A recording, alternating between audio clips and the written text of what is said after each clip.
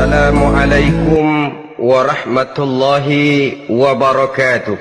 Waalaikumsalam warahmatullahi wabarakatuh. Bismillahirrahmanirrahim. Alhamdulillahi rabbil alamin. Wassalatu wassalamu ala ashrafil anbiya'i wal mursalin wa ala alihi wa ashabihil mujahidin at-tahirin, amma ba'du. Bersabda Rasulullah sallallahu alaihi wasallam, "Iza sarratka hasanatuka wa sa'atka sayyi'atuka fa anta mu'min." Apabila perbuatanmu yang baik menyebabkan engkau bahagia, apabila perbuatanmu yang baik menyebabkan engkau gembira, dan perbuatanmu yang jahat menyebabkan engkau jadi susah, itulah tanda bahwa di hatimu masih ada iman. Artinya, belum tentu orang yang berbuat baik merasa bahagia dengan kebaikan yang dikerjakannya. Dan tidak selamanya orang yang berbuat jahat sanggup menyesali perbuatan jahatnya. Oleh karenanya, apabila iman masih ada, apabila hati masih hidup, perbuatan yang baik menyebabkan orang gembira, perbuatan yang jahat menyebabkan orang susah dan gelisah hatinya. Ini mengandung pelajaran. Sekali kita berbuat baik, jangan sekali-kali menyesali kebaikan itu. Sebaliknya, satu kali kita melakukan kesalahan, hendaknya selalu menyesalinya.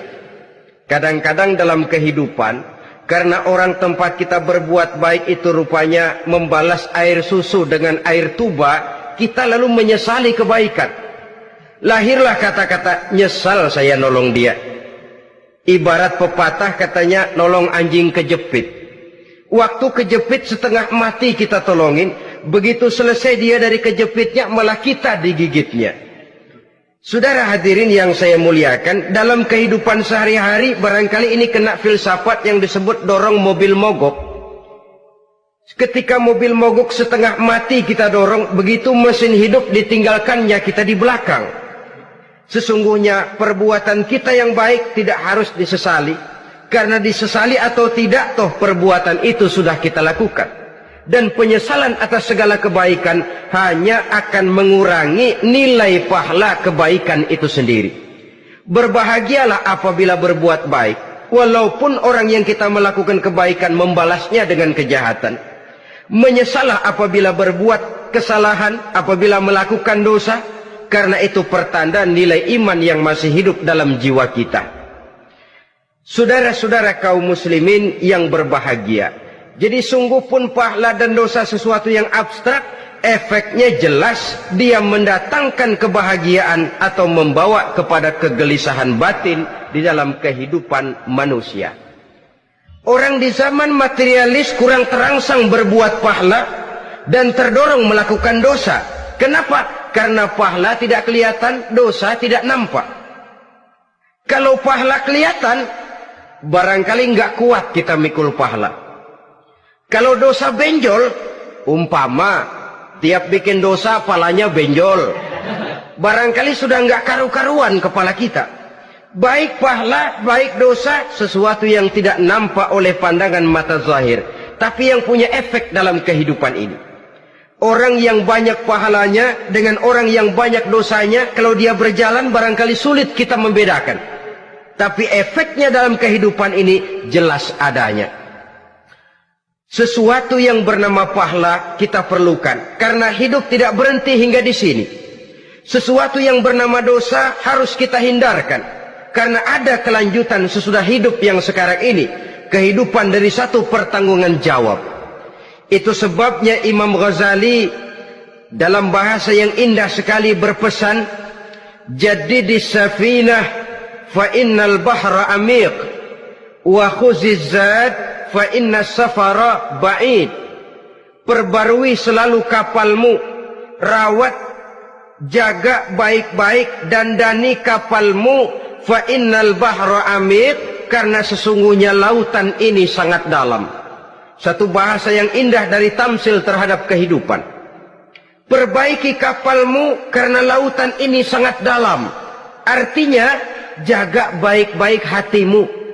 pelihara iman dan keyakinanmu, karena hidup ini bagaikan gelombang lautan. Tempo-tempo air tenang, tempo-tempo ombak menggila dan menggunung. Jaga iman baik-baik karena hidup penuh dengan cobaan dan ujian. Itu maksudnya. Wa khuziz zad fa inna safara ba'id.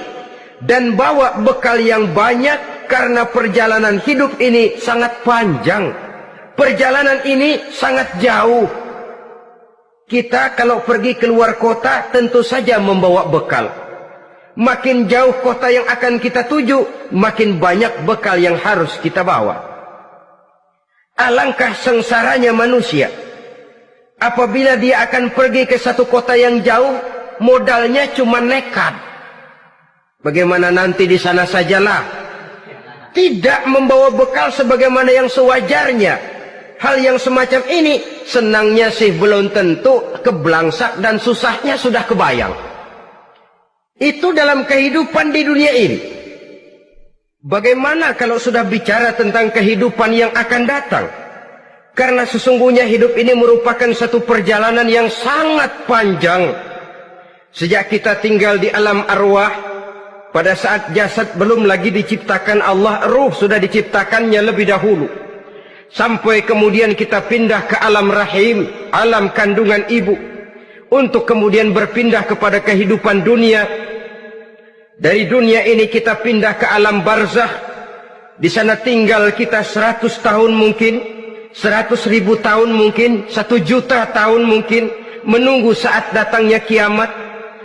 Lalu dari alam barzakh pindah kita ke alam akhirat. Satu perjalanan yang sangat panjang. Alangkah malangnya, alangkah sengsaranya jika tahu kita begitu panjangnya perjalanan hidup ini, tidak ada bekal yang kita bawa.